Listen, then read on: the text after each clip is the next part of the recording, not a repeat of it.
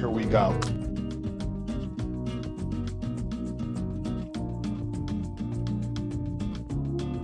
All right. Okay, So they would come in and they would want to do. So they wanted to for us to play salsa nights, and I thought to myself, like, why am I holding back when all my life what I've done is Latin nights? Although growing up in New York, I grew up with everything, hip hop and reggae. I listened to everything, even house, European house, and when I came here, I wanted to bring the same vibe. I wanted to have one night where you play everything, not just Spanish music, not just hip hop, not just reggae, but all in one place. And I did that at Sugar Bar for a long time until we passed it on to Long Street, which formerly used to be Global and Fabric, then became Long Street. Same scenario. And I felt like that's what we needed in Columbus, and at the time nobody was doing it. The top 40 was doing top 40, hip hop was doing hip hop, Latinas were doing Latinas. I was trying to infuse both in one place.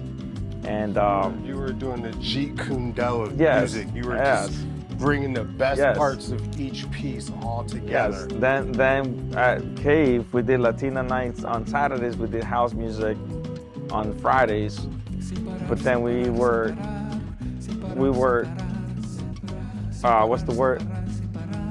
We didn't have enough time or a space or days for our hip hop crowd, our R&B. What is it called? I can edit it. Yeah, I know. I'm trying to think. Airbnb, R&B. R&B. Okay, so I'll go back. Okay. So I felt like we were leaving that gap. Whereas while we were doing Latino on Saturdays, we were doing house on Fridays, but we were missing that gap between hip hop and R&B, the reggae, and we were getting these customers like wanting, when you're gonna do some hip hop or top 40s? When do we get some representation? Right. Yeah. And this is funny. And I thought to myself, and people were like, you need a bigger space. And I'm like, it's not about the space, it's about the quality, not the quantity. Right. I like small because it feels more confidential, it feels more cozy, and more intimate. So I like the space to be like that. Yes. But then I remember throwing a Colombian party. It was successful. Then I had the Argentinians. Hey man, we're gonna throw an Argentinian party. I'm like, okay, let's do one. Then I had the Brazilians. Like, hey, what you gonna do a Brazilian night? So I felt like, okay, we're expanding, we're getting bigger, we're being created. Yeah. So you see this guy, he's for the people. He's looking out for every little nook and cranny. So that's when I'm like, okay, what if another spot becomes available? We can emerge and do that. Yeah. Right? So when this spot became available, I envisioned and I'm like, it's the same building, same location. I already have a following that comes to Cave. And a lot of times I will see people leaving, not because they didn't want to be at Cave. It was more because they were wanting different music, different environment. And that's okay. Yeah. So why not bring them upstairs? Yeah. And keep them Why here. not give them that Exactly. that second option? That second option. So growing up in New York, I remember going to a spot like Exit, Limelight. I mean, I can name you a bunch of places that they had 3 or 4 floors and it was different genres. Yeah. Reggae, hip hop, salsa, house. And it was dope. In Vegas, when you go to Marquee, they got hip hop, Yeah. house. They got options, Right. all the same Right. establishment. Right. But they're trying to cater to their audience. Exactly. And again, we had it 15 years ago when Michael Leach and Corsa had Fabric and Global and Long Street. We had it. We had that experience. And even when they had patio, Yeah. social, Yeah. Sugar. You know what I mean? Like you were able to go to different rooms to listen to different music. and that's what kept it to interested. get the different type of chick that you Yeah, Latina or Russian or, the drunk white you girl, know, whatever you were looking Yeah. for. you know, and, Yeah. and so that is why I said to myself, let's open our body. At one point we were considering doing members club only, but Right. but that's limiting of The business the model. business model and my crowd. Yeah. And it just doesn't make any sense. Maybe money wise could be, but not what my vision. And my vision is to see, you know what, it's funny because actually this building itself, at one point, brownstone. Yeah, I used to party back here. The pool table upstairs. Yes. Yeah. I think the third floor was, this was salsa nights over here on the third floor.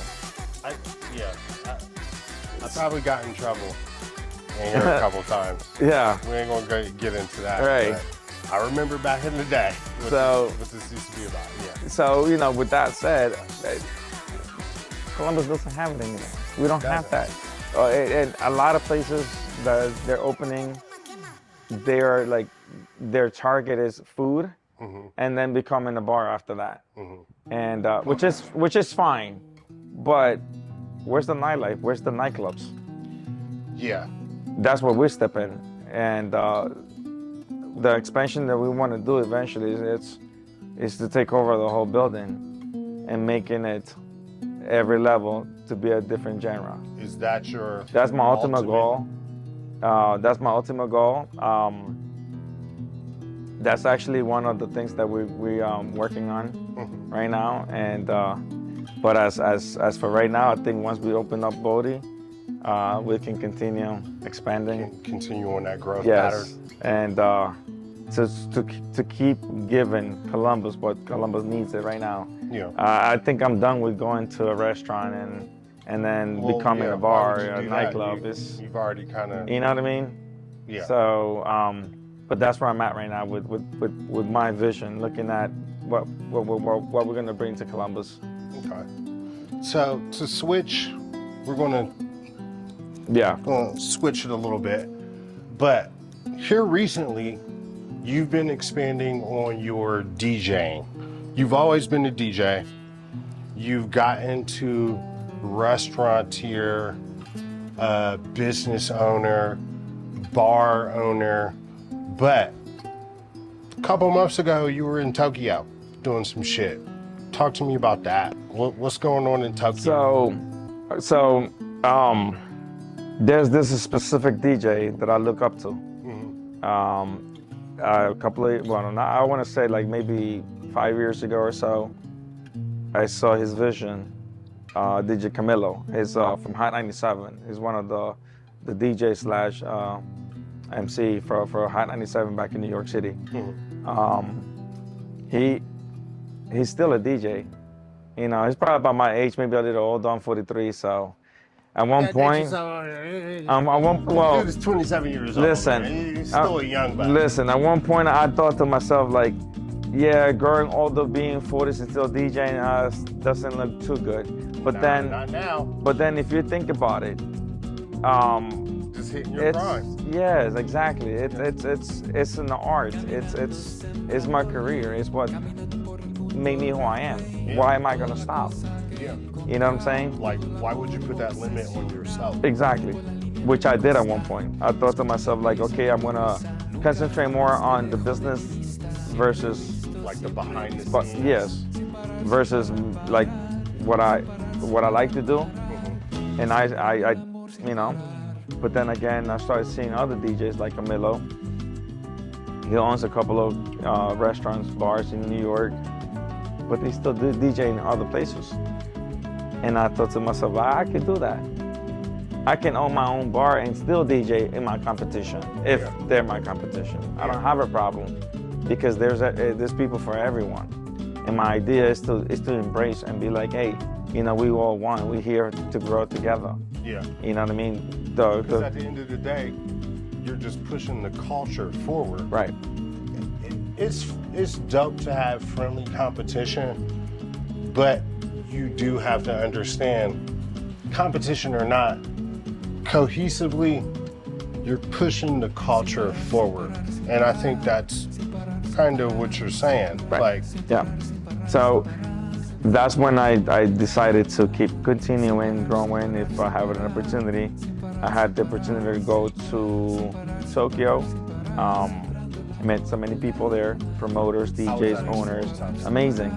Loved that. Went the second time, and I got to meet more people, and I felt like traveling is when you grow most, not just personally, but overall. exponential Yeah, growth. like you can, if we're talking about business, I can come here and come with brilliant ideas, a lot of ideas that we can bring to please our crowd. But at the same time, as a DJ, getting to know, like people getting to know me more than just a DJ, as in the personal level, you start connecting and networking and getting to know, and it's crazy. Like you get to meet one person and the next and the next, and then the next thing you know, like, oh, Tokyo, it's in your hands. In a sense, like they're so humble. They like it when other people come from other places and they embrace their culture. Yes. As long as you're respectful. Right. Exactly. Yeah. And I felt like they embraced me the right way.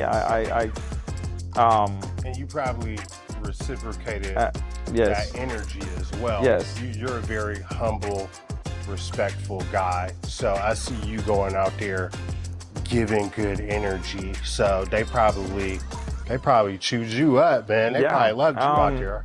Well, I was supposed to go right now, but I had to stop just so we can open up body, and then maybe down the road, March, April, late April, probably we'll be having back. Out there as your personal Let's go. videographer, photographer. Let's go. I'll pay my way. Let's go. I would love. Yes. I've never been to Japan, and just living vicariously through your Instagrams and like it's your amazing. Shit, it looks beautiful. It's a great experience, let me tell you. I mean, I had such a great time, and overall, like I got to meet so many people, and they constantly texting me, like on Instagram, like, when you coming back, So it feels good. It feels great to know that you want it. That you want. If you ever go back, like you got people waiting for you. Yeah. It's a good feeling. It's a great feeling. So with that, I thought to myself, going back to what I was just saying, traveling, DJing in other places, getting to know myself, like letting people get to know me more. That's just gonna make my businesses more popular. Like obviously, like I'm already looking into going to LA right now. So anyone that comes from LA that's traveling and comes to Columbus, they're gonna be like, they're gonna put one and two together. This is the guy that DJ at so-and-so spot, and he owns a spot in Columbus. Yeah, we gotta go to his joint. A bar or restaurant? Right. Yeah. It's gonna be one plus. So that's one of the things, like, Camila did, and I'm like, you know what, I can do. I even told my wife, I said, you see this guy, like, he's still hustling, he's still DJing, he's got like 4 spots that he owns, and he's not stopping. I'm like, why should I? Yeah. I'm like, I'm not going to. This is retirement. Absolutely. Yeah. But overall, besides the good spot when you're like when you're DJing, or if you have your business open, it's a great feeling. People coming in and telling you, like, how proud are they, this and that, but they don't know the behind the scenes. Like if I have a camera following me 24/7, you'd be like, this guy don't sleep. Yeah. But you know what? I do it because I fucking love it. Right. Because I love it. I mean, I don't mind sleeping for an hour or two, getting up, and I know I got things to do.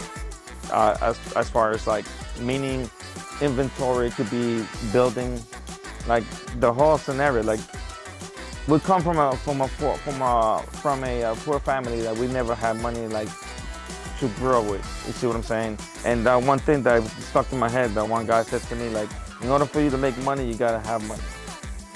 So otherwise, you can't grow money. Yeah. And that was Mike Galiki who said that to me, and I said to myself, you're right. I was so eager to grow wanting to have something, but if I didn't have the capital, how can I? You know, and so I worked hard. It's funny because I own a construction company. I opened it back in 2011, and Residential, commercial? both. Got my license, insurance, bond, everything. But then Yeah, I heard that. What's the name of your company? DA Construction. DA Construction. I'm gonna put the information up. No, don't, because I'm not doing construction All anymore. right, well, everybody, we ain't gonna put the, Well, cut that out, man. but see, this is the thing. When I started that company, I decided to move to Florida. I lived in Florida for about 3 years. Didn't work out. I came back. So I reopened it and worked. And honestly, my idea was to flip homes. You know, I wanted to get into the real estate business. Yeah. But at the time, the houses, they were so expensive. Like stuff that it was like falling apart. Like there's no way I'm gonna spend $80,000 in the house that a couple of years ago you could have gotten for 15. You know what I mean? Yeah. Like the margins is. Yeah. And so I waited. I'm like, let me see if the market goes down or whatever. So I kept saving my money. COVID hit. When COVID hit, everything got shut down. Yeah. And then I thought to myself, like, I'm so glad I'm not doing anything with music, because then I would have been screwed. I said to myself, I was more focused on my construction business, and that boom. I was getting calls left and right. During COVID? Was that? Yeah, I said you were eating during COVID. Dude, I was so busy. I mean, I had contracts like 3 months ahead. Oh shit. You know? 3 months out. Yeah, and so for me, I sat down and I'm like, okay, what would be the easiest things to do and make money fast? I will concentrate in residential. I will do more side of the kitchens, bathrooms, basements, which is more carpentry, tile. And I said, this is where my money is at, you know, and so I did. I started building basements, finishing basements, remodeling kitchens and bathrooms. I will see my competition, other companies that I will hear about. Customers will come to me when I will do my estimate. Yeah, I heard so-and-so took him 3 months to do a bathroom. I'm like, 3 months? That's money you're losing, my man. I got some blackies. We can knock this shit out in 2 weeks. I will knock that out in 2 weeks, a week to 2 weeks. Yeah. You know, at the time my wife was helping, my brother-in-law was helping. We're making dough. So, all right, you hit on something that I wanted to talk to you about specifically, because you often bring up the wife, the family, mom, pops, or not, you know, just the family. Yeah. How important is family to you in regards to just your business, your life, your overall well-being? It's very important because since I was a kid, like, I want to say, like, my sisters,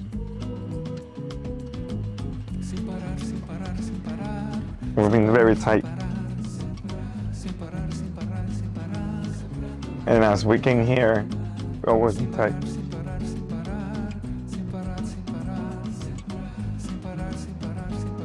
Funny thing that we do fight a lot though. So you can't mix business with family, that's what everybody says, but at the end we always come together.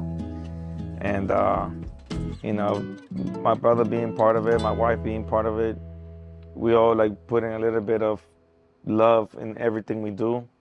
It's very important.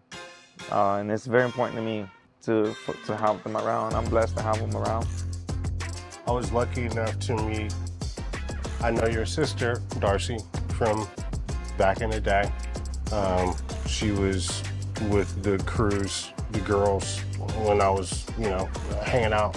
And then I think I met your mom too at the grand opening. Yeah. Your family just seemed so important in regards to just the overall mechanics of just what you got going on. And I think in the Black community, that's one of the things that we are lacking in is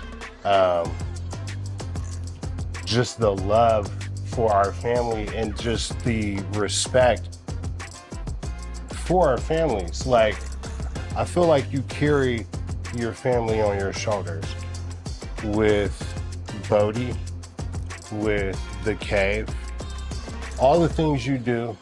There's a level of obsession. There's a level of attention to detail. There are a lot of things that encompass what we're looking at. And I feel like it kind of all derives back to who you are as a man, and then who you were created by, which is your family. And I feel like it's a beautiful thing to see. And I don't know, just tell me a little bit about like what that means to you. Just being a man and just like what the importance of family is to you. Well, I'm sorry, I know we kinda took it's a little- important. It's important because, again, you know, like my mother was a single mother, so growing up in New York, I remember us wanting to have like new shoes and new clothes, we couldn't because she had to work to give us a roof and food, and you know, I would see her how hard she worked. You know, from leaving the house at 5 a.m. and coming home at 7 o'clock to do dinner, you know, to feed us and stuff, and always wanting to give us a good home, a safe home. At age 16, I think I was 14, actually 14 when I had my first job. And yeah, I worked at a car wash. I worked at a car wash. Really? I was. That's my first job. I was drying out the cars once they came out of the car wash, and I was vacuuming. yeah, I did that too and all that, but all the tips I made, I brought it home and I would give it to my mother. You know. Really? Your pop wasn't around? Yeah, he was around. He was just not around. If you know what I mean. I get it. He was visible, but he wasn't. Yeah, he was around, but not really around. We knew that. We tried to be around, but he was just doing his own thing, you know. Yeah. And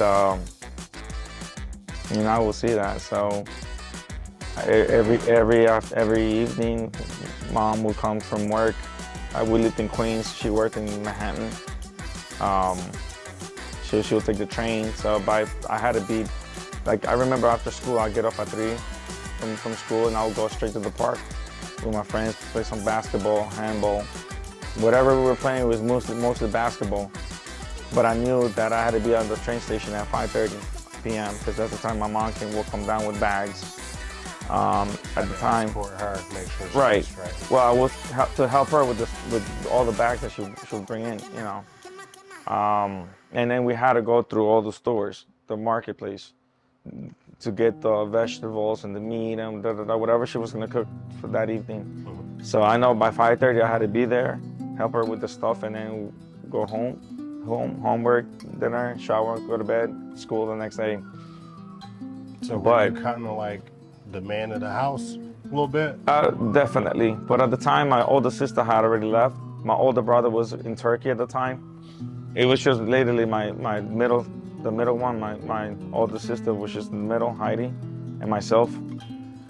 And but I was always helping my mother. You know, on the weekend when she had to do laundry, I was the one getting all the dirty laundry to the laundromat and help her fold it and bring it back. And that was like the duties that she made me do, you know, as growing up. And I couldn't leave the house to go to the park and play basketball unless if I had finished all my stuff. And but at the time, that's when the music got in me. I was 16, 15 actually. And so that's what kept me home. You know, mostly after school, I would go and practice. My brother-in-law at the time, Darcy's ex-husband, he owned a mixer, a DJ mixer with the CD players. Okay. in the cassettes. So he gave you access. So he got bored. He got bored, and he gave him to me. I just had a last interview. They said it was my uncle, but it was not. It was not my uncle. It was my brother-in-law. So I was practicing with that, and at the time, reggaeton was underground. Mm-hmm. So reggaeton was like, back then was Daddy Yankee. You know, it was like, yeah, right. So, but I was into reggae. So since for me, reggaeton was the same blend of reggae, but in Spanish, to me it was like, wow, what is this? Yeah. You know, it was underground. The only people that had it was like all the Puerto Ricans in the Bronx. And that's the only place where you can get the cassettes, because there weren't even CDs at the time. Oh. And I would listen to Daddy Yankee, Ivy Queen. I didn't even know who they were. I just, by listening to the lyrics, their voices, I knew who they were. You know, back then, I'm talking back in '96. You know, and old man shit. Yeah, and that's how I got myself into reggaeton. My mother would be like, "Oh, why are you listening to that? That's garbage. You should not be listening to that." Da da da da da. So she pissed off. She called my brother and like, "Fernando, you better get your shit." You know, da da da. Yeah. I didn't know that she did. I found out later. All I know, I came home from work from school. Yeah. And all the stuff were gone. So I'm like, got rid of it, your mom? I'm like, yeah. So I said, what happened? So I asked my mother, what happened? And no, Fernando wanted it back. It's like, what? So all these years, I was so angry at him because I thought he has given it to me, and then he took it away. It's like, why would you do that, you know, to a teenager? And so, but then I got to find out that she didn't want me to make noise. You threw it away? No, she gave it to, she had asked Fernando to come and grab it, so she had no choice but to grab it and take it. Okay. So he was the bad guy, literally. Yeah. And I found out later. But then '97, we moved to Florida, and '99, well, for Walton Beach, Florida. '99, I graduated, and then I went to Miami. My brother at the time, he was at Eglin Air Force for Walton. He was actually moving to another base, and he was based in Homestead, Miami. So I had already graduated, so I didn't know. Like, he said to me, "Why don't you just come with me, live with us?" Because he was married with kids, and go to school in Miami. You know, and I'm like, because my other option was to go back to New York, and I really didn't want to go back to New York because I was ready for something different. I had enough with the city. And so I'm like, Miami it is. I mean, it's hot and weather, the beach. I'm like, let's go. So we ended up going to Homestead, Coleridge. I went to Miami-Dade Community College.